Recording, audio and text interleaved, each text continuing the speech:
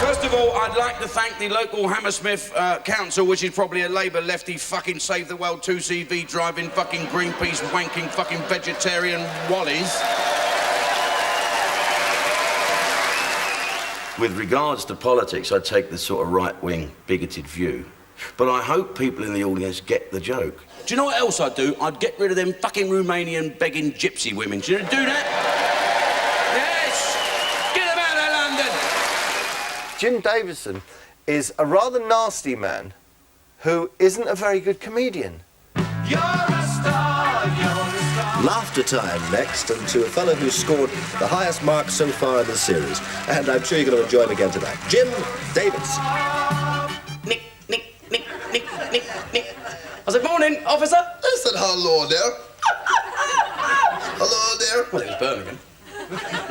I said, what's the water like? I said, oh, it's lukewarm. I dived in, it was freezing. I said, I thought you told me it was lukewarm. I said, well, it lukewarm to me. He's probably the only act that I've seen up to now on New Faces that in 40 years' time we're still going to know about him. Well, not quite 40, but Jim Davidson is still doing stand-up. He sold over 5 million DVDs. Whether on or off stage, he's never afraid to voice his opinions. I don't like women. I fucking hate women. I do. I've had 4 of them and they've got on. I can't fucking work them out at all. We couldn't fuck them. We wouldn't talk to them at all, would we? Who's married here? We all fucking are. Look, we're all sitting there trying to have a little bit of a fucking laugh. It has to takes me to cheer you up, doesn't it? What a fucking state of affairs. You go home at night, the wife's been in bed since the first fucking bong of news at 10. With this nightie that her mother used to wear. I am fucking state of that. I think politically correctness just fuels the bigots. The more politically correct is drummed down our throat, the more it makes me funnier when I go on and say it's all bollocks. Fucking racist. Don't forget, I started in the days when Love Thy Neighbour, where he was calling them a Sambo and he was calling them Snowflake, where racism was cartoon racism. It was fun. Do you know how much money I'm fucking getting for this as well? It's outrageous. There's people starving in the third world. Fuck 'em. I'm sounding like I'm bitter and twisted old fucker, aren't I?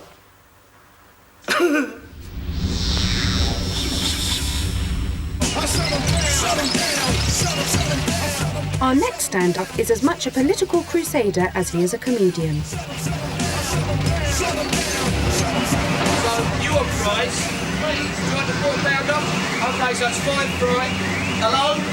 Yeah, I'm a big fan of Mark Thomas. He's really great. In a way, he's gone beyond comedy, hasn't he? Because the subjects he tackles are so serious. I think one of the only jobs left with any dignity, any soul and any pride is prostitution.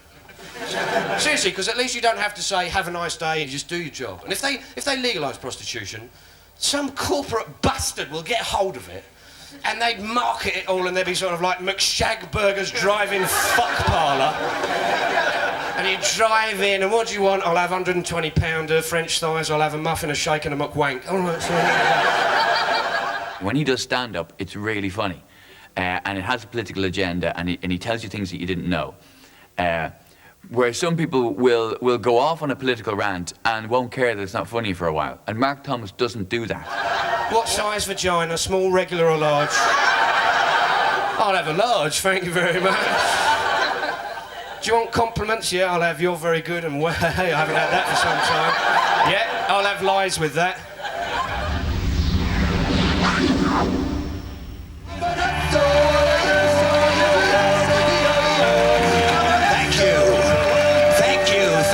Thank you, and fuck you. Following hard on the heels of fellow angry Yank Bill Hicks, our next stand-up made a name for himself as the furious taboo-breaking comedian for the MTV generation. Cocaine? We started that. You're welcome. Dennis Leary is hilarious and making up scenarios of everyday life stuff. and twisting it around. Really funny.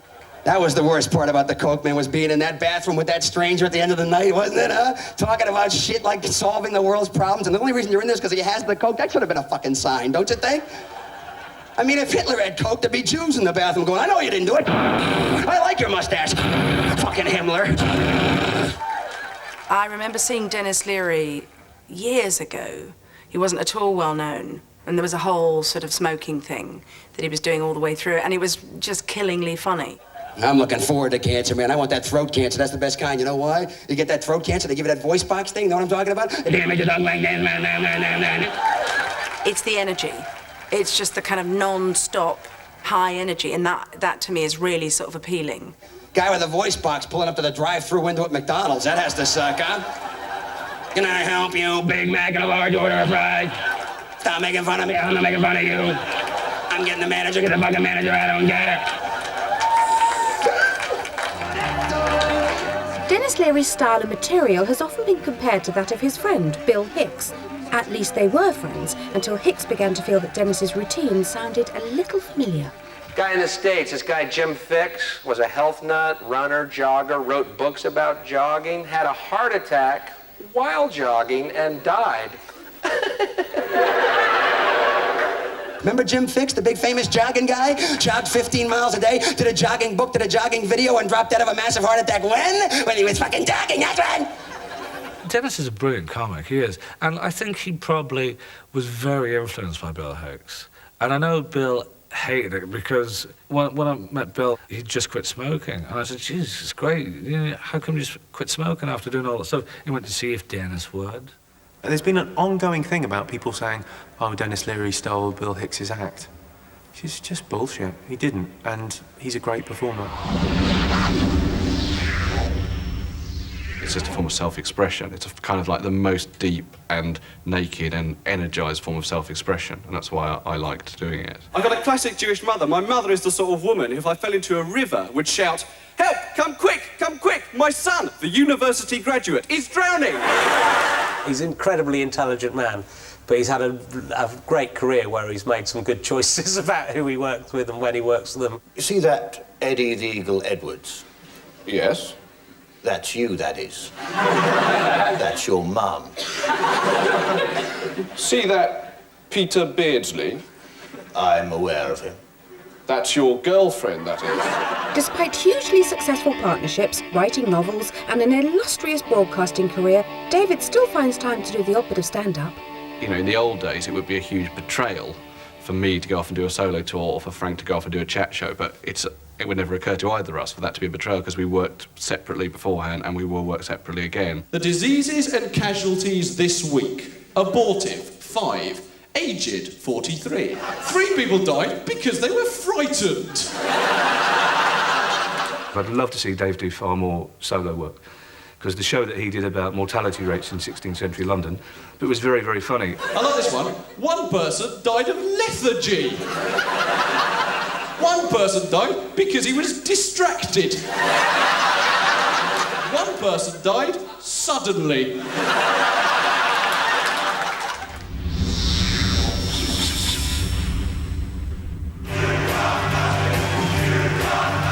Our next comedian has sold over 4 million DVDs and videos, and he's performed live to over 5 million people. But you'll never see him on TV. Why? Because he's Britain's bluest and most foul-mouthed comedian, Roy Chubby Brown.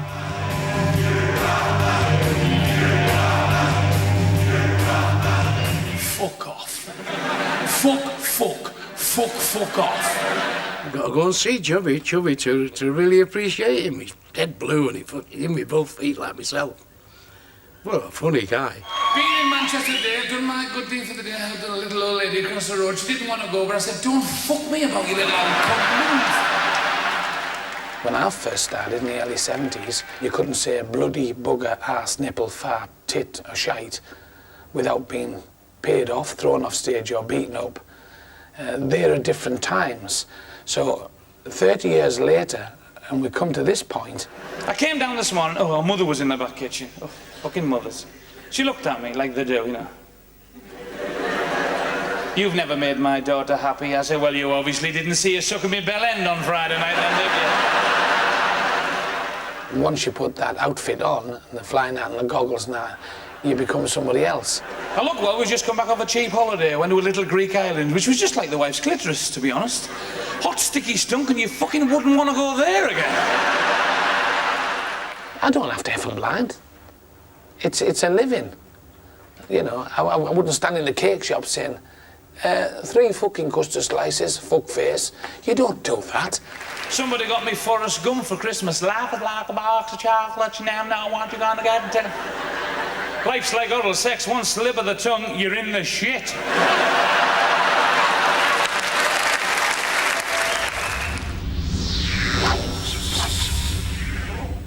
Stephen Wright's almost like sort of a soothsayer. He's almost sort of writing, it's almost philosophical. When I was little in our backyard, we had a quicksand box. I was an only child, eventually. Stephen Wright is a man with a very different way of looking at the world. His surreal and bizarre one-liners, served up with his inimitable deadhead delivery, never fail to delight his audiences. Curiosity killed the cat, but for a while I was a suspect. I just had to concentrate on what I was doing. That's why I have such a serious look. And the holding my head and everything is just, it's me really concentrating, trying to not lose my place. Why is the alphabet in that order? Is it because of that song? I stayed up one night playing poker with tarot cards. I got a full house and 4 people died. Why I made the jokes so short was I didn't want to be... I'm basically an introverted person, so I didn't want to be...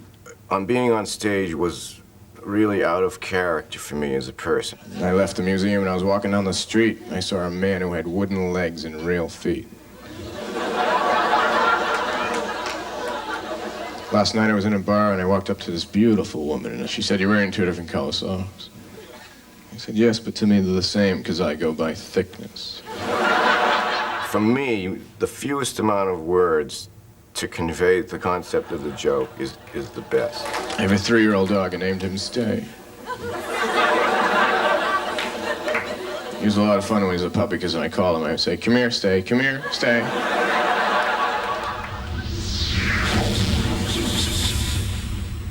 Did you understand any of these naughty jokes? Some of them. Shame on you, child! Get me to a nunnery. Better still, come to an old monkhouse.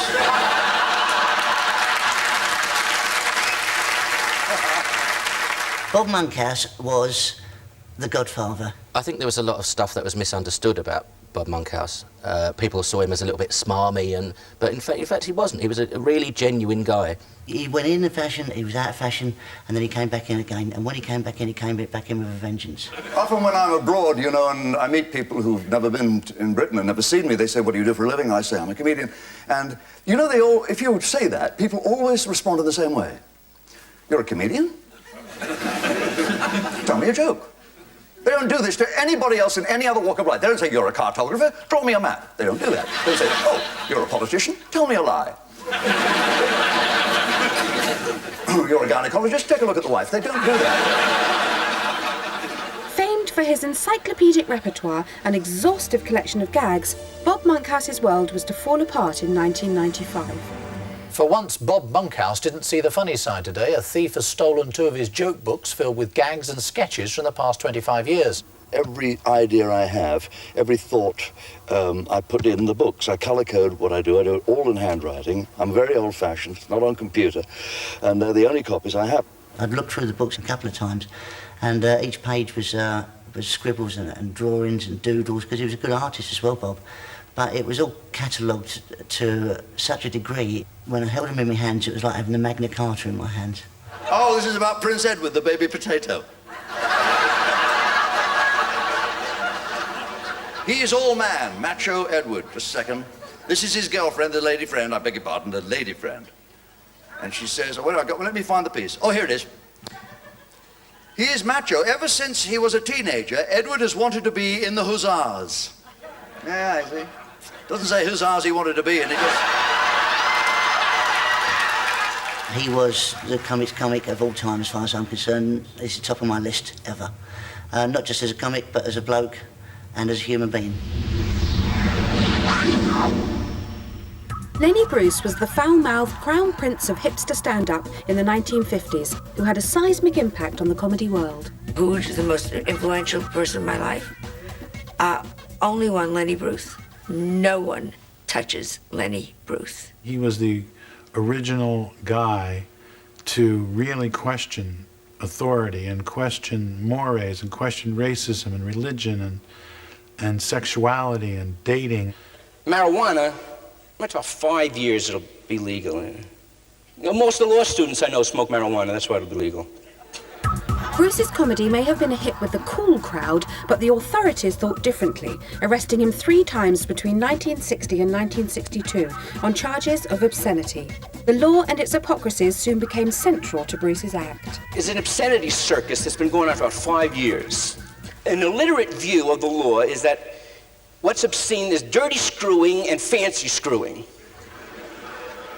And if a guy can tear off a piece of ass with class, then he's cool. This guy was not allowed to be a stand-up comic anymore because of the things he said. It was a sad end for the funny man who was brought to his knees by legal fees and heroin addiction. In 1966, Lenny Bruce died from a morphine overdose. If the comedy world had a civil rights movement, he's Martin Luther King.